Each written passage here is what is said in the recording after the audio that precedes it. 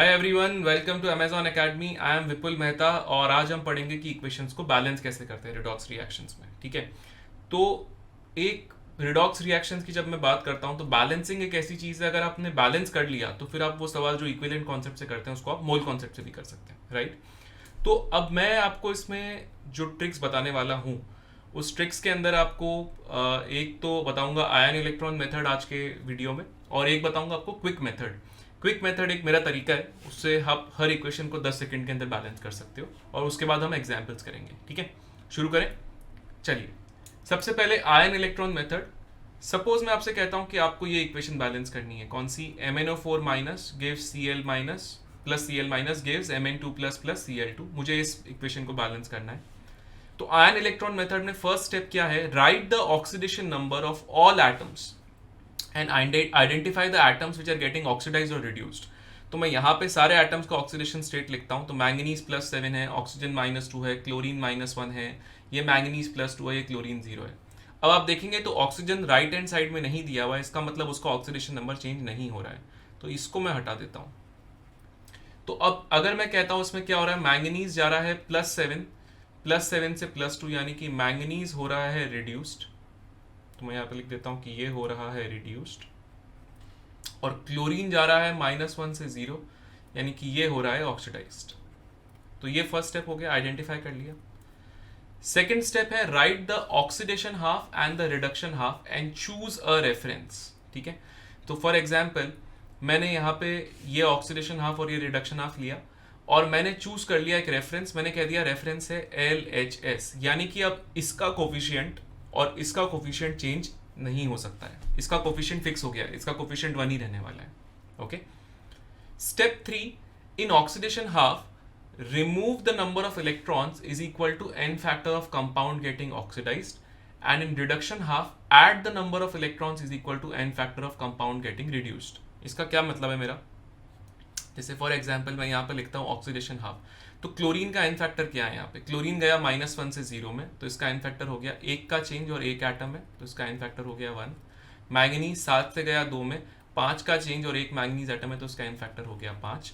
तो मैं यहाँ पे लिखूंगा ऑक्सीडेशन हाफ के अंदर Cl माइनस, इसका एन फैक्टर कितना है आपके पास? इसका एन फैक्टर है आपके पास 1, तो एक इलेक्ट्रॉन ऐड कर देंगे आप इस तरफ। और अगर मैं रिडक्शन की बात करता हूँ MnO4 माइनस, तो इसका एन फैक्टर कितना है MnO4 माइनस का 5, तो यहाँ पे 5 इलेक्ट्रॉन्स आप ऐड कर देंगे इस तरफ LHS की तरफ। तो यानी कि यहाँ पे रिमूवल ऑफ 1 इलेक्ट्रॉन है और यहाँ पे एडिशन ऑफ 5 इलेक्ट्रॉन्स है। यहाँ तक क्लियर है? The next step is step number 4, which is balance the atoms getting oxidized and reduced। तो केवल उन एटम्स को आप बैलेंस करेंगे जो ऑक्सीडाइज और रिड्यूस हो रहे हैं। तो अगर मैं यहाँ पे कहता हूँ क्लोरीन है, अब क्लोरीन को बैलेंस करना है, तो मैं इसको तो चेंज नहीं कर सकता हूँ, तो इसको हाफ Cl2 करूंगा, तो ये वाला हाफ इक्वेशन बैलेंस हो गया। सिमिलरली यहाँ पे मैंगनीज है, मैंगनीज ऑलरेडी बैलेंस्ड है, तो इस इक्वेशन को मैं ऐसा कैसे ही छोड़ देता हूँ। ये आ गया step 4। Step 5, balance oxygen atoms in half reaction by addition of water. चलिए, तो ये हाफ रिएक्शन तो बैलेंस्ड है, तो इसको मैं ऐसे कैसे लिख देता हूं। ये जो दूसरी हाफ रिएक्शन है इसमें ऑक्सीजन बैलेंस नहीं है, तो इसके अंदर क्या करूंगा मैं, RHS के अंदर 4 इलेक्ट्रॉन ऐड कर दूंगा। 4 इलेक्ट्रॉन ऐड हो गए यहाँ पे, सॉरी 4 वाटर ऐड कर दूंगा, इलेक्ट्रॉन नहीं, 4 वाटर ऐड हो गए। अब मैंने ऑक्सीजन बैलेंस कर लिया, चेक कर लीजिए, यहाँ पे भी 4 ऑक्सीजन है, यहाँ पे भी 4 ऑक्सीजन है। Step number 6, add hydrogen atoms in half reaction by addition of H+। अब जाहिर सी बात है, जब मैं H+ कह रहा हूं तो यानी कि अब मैं बैलेंस कर रहा हूं एसिडिक मीडियम के अंदर। तो अगर मैं कहता हूं तो ये इक्वेशन का जो ये हाफ है ये तो ऑलरेडी बैलेंस्ड है, और ये इक्वेशन के अंदर अगर मुझे हाइड्रोजन को बैलेंस करना है तो यहाँ पे 8 हाइड्रोजन है, तो यहाँ पे आ जाएगा 8H+। ये सिंपल है, तो ये बैलेंस हो जाएगा इस तरीके से।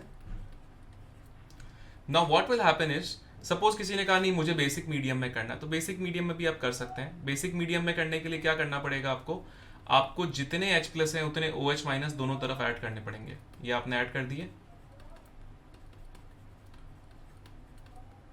और ये आपने जैसे ही ऐड किया यहाँ पे क्या आ गया, Mn2 प्लस 4H2O, दोनों तरफ 8 OH- ऐड किए। अब मुझे एक बात बताइए, ये 8 OH- और 8H+ बन गया 8 वाटर, और यहाँ पे 4 वाटर है तो ये कैंसिल हो जाएगा, तो आपके पास ये आ गया 4 वाटर। तो ये आपके पास इक्वेशन यहाँ से यहाँ तक अगर आप देखेंगे इसको, सो this equation is basically balanced in basic medium. तो ये दोनों हाफ रिएक्शन को बैलेंस हमने कर दिया। अब फाइनल स्टेप में क्या है, आपको दोनों हाफ रिएक्शंस को इस तरीके से ऐड करना है that the electrons cancel out each other. Okay, so मैं कहता हूं सपोज मुझे एसिडिक जो मीडियम है उसी में बैलेंस करना है। अच्छा, अब मैं कैसे ऐड करूं दोनों को कि इलेक्ट्रॉन्स कैंसल आउट हो जाए। तो यहां पे 5 इलेक्ट्रॉन है और यहां पर 1 इलेक्ट्रॉन है, तो क्रॉस मल्टीप्लाई कर दीजिए एक दूसरे के नंबर ऑफ इलेक्ट्रॉन से। तो यहाँ पे 1 इलेक्ट्रॉन है तो मैं इसको इंटू 5 कर रहा हूँ, और यहाँ पे 5 इलेक्ट्रॉन्स है तो दूसरे के जो इलेक्ट्रॉन्स है 1, मैं उससे इसको मल्टीप्लाई कर रहा हूँ और उसको ऐड कर दीजिए दोनों को। सो क्रॉस मल्टीप्लाई करके ऐड करिए तो क्या आएगा, 5Cl minus plus 8H plus MnO4 minus gives 5/2Cl2 plus Mn2 plus 4H2O। ये हो गई आपके पास इक्वेशन बैलेंस्ड। अभी ऑब्वियसली बैलेंस मैंने ये एसिडिक मीडियम में किया है, तो काफी स्ट्रेट फॉरवर्ड है ये।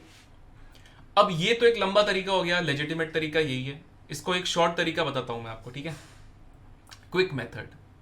ठीक है, क्विक मेथड बताता हूं। चलिए, सपोज मैंने ये सेम इक्वेशन लिखी, MnO4 minus plus Cl minus gives Mn2 plus Cl2। ठीक है, स्टेप 1 आप सबके ऑक्सीडेशन स्टेट लिख लीजिए। तो ये आ गया +7, ये आ गया -2, ये आ गया -1, ये आ गया +2, ये आ गया 0। स्टेप 2 आप उनको देखिए जो ऑक्सीडाइज और रिड्यूस हो रहे हैं, तो यानी कि ऑक्सीजन को मैं हटा देता हूँ, ये आ गया आपका। अब आप कोई भी रेफरेंस चूज कर लीजिए, जैसे मैंने LHS चूज कर लिया, तो मैं इसको बेसिकली LHS को रेफरेंस मान रहा हूँ। तो जो एन फैक्टर्स हैं इनके वो लिख लीजिए। तो मैंगनीज का एन फैक्टर क्या होगा, 7 से गया 2, 5 का चेंज, एक मैंगनीज, एन फैक्टर है 5, इसका है 1। अब जो एन फैक्टर्स लिखे इनको क्रॉस मल्टीप्लाई कर लीजिए, ये कर दिया क्रॉस मल्टीप्लाई, ये हो गया फर्स्ट स्टेप। अब जो एटम्स ऑक्सीडाइज और रिड्यूस हो रहे हैं उनको बैलेंस करिए। तो मैंगनीज तो 1 है, क्लोरीन को कर दीजिए बैलेंस, तो ये हो गया 5/2Cl2। अब ऑक्सीजन को बैलेंस करिए वाटर ऐड करके, और अब हाइड्रोजन को बैलेंस कर लिए H+ ऐड करके, तो ये हो गया एसिडिक मीडियम में बैलेंस। 1 सेकेंड में हो गया, राइट। अभी मैं और क्वेश्चंस करूंगा एकदम, तो इससे आंसर जो आ रहा है और जो नीचे वाले से आंसर आ रहा है वो एग्जैक्टली सेम ही था, right. So I was able to do the whole thing in approximately 10 seconds. So अगर आप ऐसा करते हैं तो उससे क्या होता है, अब जैसे मैंने ये बैलेंस कर दिया, तो अगर सपोज मुझे ये सेम सवाल इक्विवेलेंट कॉन्सेप्ट से करना है, तो अगर मैं इक्विवेलेंट कॉन्सेप्ट से इस सवाल को करना चाहता तो मुझे क्या लिखना पड़ता, मैं लिखता equivalent of MnO4 minus is equal to let से equivalent of Cl minus, suppose ऐसा लिखता। तो मैं क्या लिखता, moles of MnO4 minus into n factor is equal to moles of Cl minus into n factor. लेकिन सपोज ये same सवाल मुझे मोल कॉन्सेप्ट से करना है, तो मोल कॉन्सेप्ट में सबसे इंपॉर्टेंट क्या है कि the equation should be balance. Now it is balanced, तो मैं लिख सकता हूँ moles of MnO4 minus upon stoichiometric coefficient is equal to moles of chloride upon stoichiometric coefficient. Check करिए, इन दोनों से सेम ही आंसर आने वाला है। So basically, I am giving you a way to balance the equation so that you can do the same question by mole concept also. Suppose quick method के अंदर मैं आपको एक तरीका और देता हूँ। सपोज मैं आपको कहता हूँ कि मुझे ये इक्वेशन बैलेंस करनी है, Cr2O7 2- plus I minus gives I2 plus Cr3 plus, और मैं कहता हूँ कि इसको आप बैलेंस करिए एसिडिक मीडियम में। चलिए करते हैं। फर्स्ट स्टेप क्या होगा, मैं जल्दी से लिख देता हूँ। क्रोमियम यहाँ पे +6 में है, ऑक्सीजन यहाँ पे -2 में है, आयोडीन यहाँ पे -1 में है, ये 0 में है, ये +3 में है, राइट। मान लीजिए अब मैं यहाँ पे रेफरेंस मानता हूँ RHS को, तो RHS पे जो दोनों चीज़ें उनका एन फैक्टर लिख देते हैं। सबसे पहले उसको हटा देते हैं जिसका ऑक्सीडेशन नंबर चेंज नहीं हो रहा है, तो ऑक्सीजन को हटा दिया मैंने। चलिए, अब आयोडीन का एन फैक्टर क्या है, आयोडीन गया आपके पास 0 से -1, 1 का चेंज और 2 आयोडीन है यानी कि 2। क्रोमियम की बात करता हूँ, 3 से गया 6, 3 का चेंज और 1 क्रोमियम है यानी कि 3। अब क्रॉस मल्टीप्लाई कर लीजिए इसको, क्रॉस मल्टीप्लाई करेंगे तो यहाँ पे आ जाएगा 2, यहाँ पे आ जाएगा 3। Next, balance those atoms which are getting oxidise और reduce. So chromium is already balanced, iodine is now balanced. Next, balanced oxygen by addition of water, so you will have 7H2O।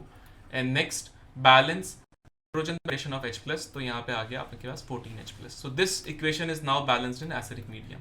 इसमें चार्ज ऑटोमेटिकली बैलेंस हो जाता है, कोई अलग से step लगाने की जरूरत नहीं है, राइट। चलिए कुछ और क्वेश्चंस करते हैं। ओके, बैलेंस द फॉलोइंग, ये तो मैं कर ही चुका हूँ, ये भी मैं कर चुका हूँ, अभी जस्ट किया था। चलिए ये वाला बैलेंस करते हैं। तो मैं आपको कहता हूँ एसिडिक मीडियम में इसको बैलेंस करना है। आयोडीन यहाँ पे 0 में है, सल्फर यहाँ पर 2 में है, यहाँ पे सल्फर 2.5 में है, और यहाँ पे आयोडीन -1 में है। ऑक्सीजन मैंने नहीं लिखा क्योंकि वो चेंज नहीं हो रहा है। चलिए करते हैं इसको बैलेंस। सपोज मैं इसमें LHS को रेफरेंस मानता हूँ, तो इसका इन फैक्टर कितना है? आयोडीन गया 0 से -1, 1 का चेंज, और 2 आयोडीन है यानी कि इसका इन फैक्टर है 2। सल्फर गया 2 से 2.5 यानी कि इसके अंदर 0.5 का चेंज है, और यहाँ पे 2 सल्फर है यानी कि इसका इन फैक्टर है 1। क्रॉस मल्टीप्लाई कर दीजिए इनको, ये हो गया क्रॉस मल्टीप्लाई करके। चलिए अब उन एटम को बैलेंस करिए जो ऑक्सीडाइज और रिड्यूस हो रहा है। सल्फर ऑलरेडी बैलेंस्ड है, आयोडीन को मैंने बैलेंस कर दिया। अब चेक करिए ऑक्सीजन ऑलरेडी बैलेंस्ड है, this equation is balanced, simple enough. अब यहाँ पे क्या हो रहा है? ये डिसप्रपोर्शनेशन रिएक्शन है। फोर्थ वाला क्वेश्चन देख रहे हैं अभी अपन, ओके। तो इस क्वेश्चन के अंदर फॉस्फोरस यहाँ पर 0 में, यहाँ पे किस में? +1, यहाँ पे किस में? यहाँ पे है ये -3। तो फॉस्फोरस है जो 1 में भी जा रहा है और -3 में भी जा रहा है। तो मैं इसमें क्या करता हूँ बैलेंस करने के लिए? RHS को मान लेता हूँ, राइट। RHS को रेफरेंस मानता हूँ, तो इसका इन फैक्टर कितना है? फॉस्फोरस 1 से गया 0, 1 का चेंज और 1 एटम। यहाँ पे -3 से गया 0, 3 का चेंज, और कितने एटम्स है आपके पास? 1। अब इसको क्रॉस मल्टीप्लाई कर दीजिए, तो ये आ गया 1, ये आ गया 3। अब आपके पास फॉस्फोरस बैलेंस्ड हो गया क्योंकि 4 एटम फॉस्फोरस के यहाँ पे भी है, LHS और RHS दोनों में। चलिए अब ऑक्सीजन बैलेंस करते हैं। यहाँ पे 6H2O ऐड कर दीजिए तो ऑक्सीजन बैलेंस हो जाएगा। चलिए अब यहाँ पे 6 यानी कि 12H आपके पास है इस तरफ LHS में, और हाइड्रोजन आइटम्स ऑन RHS कितने? 6 + 3 9, तो यानी कि यहाँ पे हमको क्या करना पड़ेगा? 3H+। अब मैंने कहा है कि इसको बैलेंस करिए बेसिक मीडियम में, तो क्या करेंगे? जितने H+ है उतने OH- दोनों तरफ ऐड कर दीजिए। तो मैं इस इक्वेशन को यहाँ पे लिखता हूँ, तो आएगा 6H2O + P4 प्लस यहाँ पे मैं कर रहा हूँ 3OH-, और सिमिलरली यहाँ पे मैं कर रहा हूँ 3H2PO2-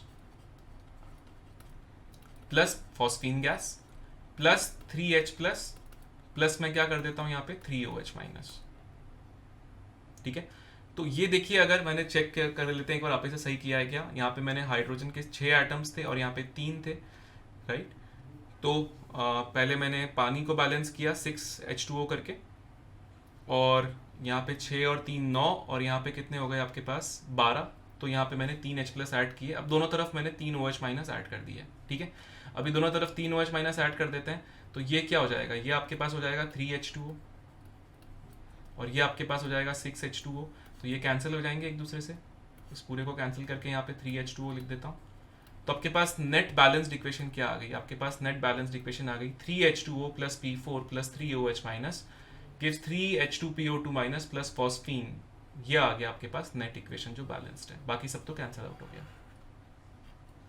तो ये काफ़ी स्ट्रेट फॉरवर्ड है, राइट। आगे बढ़े, चलिए ये क्वेश्चन करके बताइए। ये अब मुझे क्लोरीन दिया हुआ है, क्लोरीन यहाँ पे 0 में है, सोडियम +1 में है, यहाँ पे भी +1 में है, सब जगह पे +1 में, तो उसको चेंज नहीं करना है। ऑक्सीजन -2 में सब जगह पे है। हाइड्रोजन आपके पास +1 में है, या हाइड्रोजन दिया हुआ ही नहीं तो उसका भी चेंज नहीं हो रहा है, यानी कि यहाँ पे क्या हो रहा है? क्लोरीन डिस्प्रपोर्शनेट हो रहा है। चलिए क्लोरीन डिस्प्रपोर्शनेट हो रहा है, तो अब मैं क्या करता हूँ? इसकी फंडामेंटल इक्वेशन लिखता हूँ। तो फंडामेंटली क्या हो रहा है? Cl2 gives ClO3- plus Cl-, ये फंडामेंटल इक्वेशन है। अब मैं इसमें RHS को मान रहा हूँ, तो यहाँ पे +5 × 1 इसका इन फैक्टर है 5, यहाँ पे 1 × 1 इसका इन फैक्टर है 1। क्रॉस मल्टीप्लाई करिए तो ये आ जाएगा 5, ये आ जाएगा 1। बैलेंस करिए क्लोरीन को क्योंकि वो ऑक्सीडाइज या रिड्यूस हो रहा है, तो ये हो गया बैलेंस। बैलेंस करिए ऑक्सीजन को by addition of water. Balance करिए हाइड्रोजन को बाय एडिशन ऑफ 6H+। यहाँ तक क्लियर है? मैं RHS को यहाँ पे जो लिखा हुआ था उसको हटा देता हूँ। अब मुझे बैलेंस करना है ये बेसिक मीडियम में, क्योंकि NaOH दिया हुआ है, तो मैं दोनों तरफ जितने H+ है उतने OH- ऐड कर देता हूँ। तो यहाँ पे 6OH- और यहाँ पे भी मैं 6OH- ऐड कर देता हूँ, राइट। तो अब क्या होगा? ये आपके पास हो गया 6H2O, ये हो गया 3H2O, ये कैंसिल हो गया, ये कैंसिल होके क्या बचेगा यहाँ पे? 3H2O। अब मुझे 6OH- है, तो मैं दोनों तरफ 6Na+ ऐड कर देता हूँ। चलिए तो अब क्या आ जाएगा? Cl2 3 times plus 6NaOH gives NaClO3 once plus 5 NaCl plus 3 water. ये आ गई इक्वेशन, बैलेंस हो गया। सिंपल है। चलिए इसी प्रकार इसको करके देखते हैं। सल्फर यहाँ पे 0 में है, सोडियम सब जगह +1 में है, ऑक्सीजन सब जगह -2 में है, हाइड्रोजन सब जगह पे +1 में है। यहाँ पे भी सल्फर -2 में है और यहाँ पे ये +2 में है, यानी कि ये डिस्प्रपोर्शनेशन रिएक्शन है। तो मैं इसका फंडामेंटल इक्वेशन लिखता हूँ, तो इसकी ये फंडामेंटल इक्वेशन है S8, यहाँ पे आ गया S2-, यहाँ पे आ गया S2O3 2-। तो मैं यहाँ पे लिखता हूँ सल्फर गया -2 में और एक ही एटम है और यहाँ पे 0 में है, तो इसका एन फैक्टर कितना हो गया, 2 से 1 का चेंज, 2 का चेंज और एक एटम। यहाँ पे कितना चेंज है आपके पास, 2 का चेंज है और 2 एटम्स हैं। तो ये 2:4 है, यानी कि 1:2 है। तो क्रॉस मल्टीप्लाई करूंगा तो यहाँ पे 1 कर दीजिए, यहाँ पे 2 कर दीजिए, यानी कि इसको आपको हाफ करना पड़ेगा। तो अब 4 सल्फर हो गए। अब ऑक्सीजन को बैलेंस करिए तो यहाँ पे आ जाएगा आपके पास 3H2O। अब हाइड्रोजन को बैलेंस करिए तो यहाँ पे आ जाएगा 6H+। क्योंकि NaOH है यानी कि बेसिक मीडियम है, तो दोनों तरफ 6OH- ऐड कर दीजिए आप, ये आपने ऐड कर दिया। अब इसमें क्या होगा, ये इसके साथ कैंसिल हो जाएगा और आपके पास 3H2O बचेगा। अब आपको सोडियम बैलेंस करना है तो यहाँ पे 6Na+ ऐड कर दीजिए, सिमिलरली यहाँ पे भी 6Na+ ऐड कर दीजिए। तो नेट इक्वेशन क्या आएगी आपके पास नेट इक्वेशन आएगी 2Na2S plus Na2S2O3 plus 3H2O gives S8 into half plus 6NaOH। Simple enough. चलिए इस क्वेश्चन को करते हैं, ये अच्छा क्वेश्चन है। यहाँ पे आयरन +2 में है, सल्फर -2 में है, क्रोमियम +6 में है, आयरन +3 में है, सल्फर +6 में है, क्रोमियम +3 में है। जिनके बारे में मैंने नहीं लिखा है वो बेसिकली चेंज नहीं हो रहे हैं। तो अगर मैं इस कंपाउंड को देखता हूँ तो यहाँ पे आयरन भी ऑक्सीडाइज हो रहा है +2 से +3 और सल्फर भी ऑक्सीडाइज हो रहा है। तो इस कंपाउंड का एन फैक्टर कैसे निकालेंगे? अगर एक कंपाउंड के अंदर दो चीजें ऑक्सीडाइज हो रही होती है तो हम क्या करते हैं, उनके एन फैक्टर को ऐड कर लेते हैं। तो यहाँ पे क्या होगा इसका एन फैक्टर, आयरन गया 2 से 3, 1 का चेंज और एक आयरन का एटम है। सल्फर गया -2 से 6 यानी कि 8 का चेंज है और एक आपके पास सल्फर है, तो इसका एन फैक्टर हो गया 9।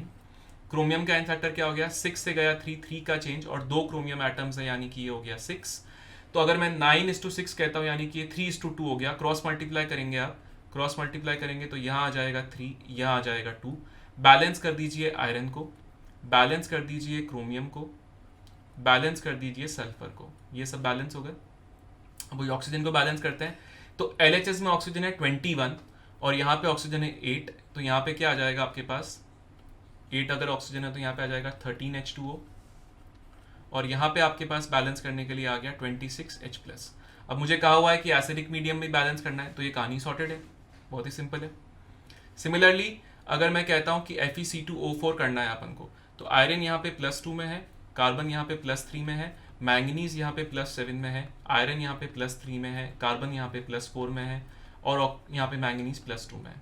अगर मैं इस कंपाउंड को देखता हूँ तो यहाँ पे आयरन भी ऑक्सीडाइज हो रहा है 2 से 3 और कार्बन भी ऑक्सीडाइज हो रहा है 3 से 4, यानी कि अगर इस कंपाउंड का एन फैक्टर निकालना है तो मुझे दोनों को ऐड करना पड़ेगा एन फैक्टर निकालने के लिए। तो कैसे करेंगे, आयरन गया 2 से 3 1 और एक आयरन एटम है, कार्बन गया 3 से 4 एक का चेंज और 2 कार्बन एटम है, तो इसका एन फैक्टर हो गया 3।